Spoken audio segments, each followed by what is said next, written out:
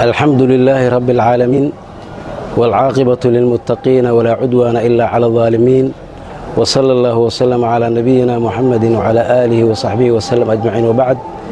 إخواني في الله، مقعي وعبد الرحمن شيخ أحمد ظاهر شيخ حسن برسنة الله نحرسه وحن كتعسينينا geeridii naxdinta lahayd ee ku timid aabbahayn xaaji daa'uud cilmi cariif oo isagu ahaa caalim u soo istaagay una soo baxay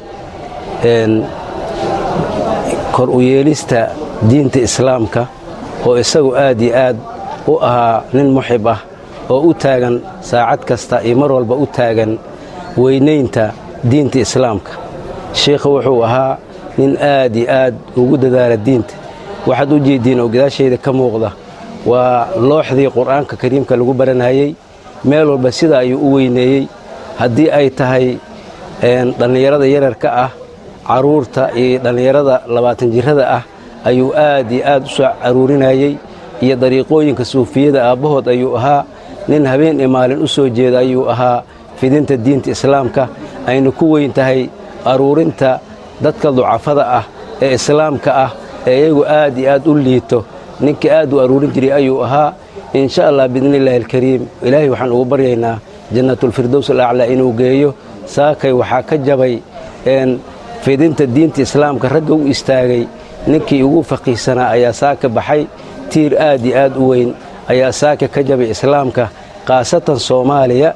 dariiqooyinka suufiyada saaka waxaa ka baxay nin aad iyo aad ugu weyn oo saacad walba u taagnaa daryeelista iyo soo aruurinta dhallinta yaryarka ah ee masaakiinta ah ee dadkoodu aysan awoodin inay wax baraan, ay fuqara yihiin.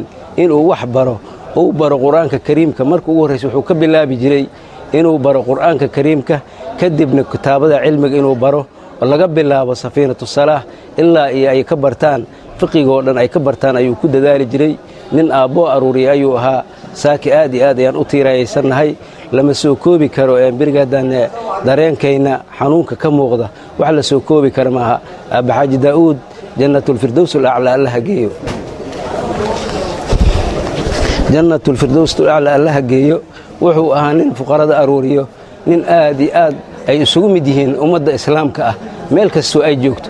sida ayna soo gaarsiiyeen dadku dhowdhow albaabkiisa leyla wanahaara wuxuu u furaa dadka masaakiinta ah. ilaahay ha u naxariista ayaan leenahay sheekayna. aawow allah u naxariista, jannada firdows allaha geeyo. wuxuu ka tegayna allah inoo barakeeyo. dad iyo deeq wuxuu ka tegey allah noo barakeeya. waxay ahaayeen waxa gacantiisa soo galo waxa lagu bixiyo fidinta diinta islaamka lagu kor yeelo. haddii ay tahay masaajidada, haddii ay tahay makaanada lagu akhriyo cilmiga, lagu akhriyo qaybihiis kala duwan lagu akhriyo. nin habeen imaal hurdo ugu soo jeeda u ahaa. saaki ma soo koobi karna insha allah biidnillahi alkariim, mana soo aruurin taariikhdiisa.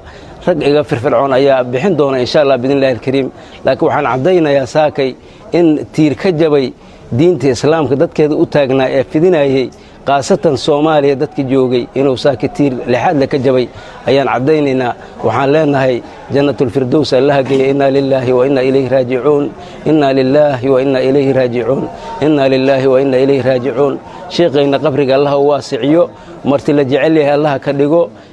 sakaraadkii waa moodaye, su'aasha allaha mootiyey qabrigana allaha u waasiciyo insha allah biidnillahi alkariim.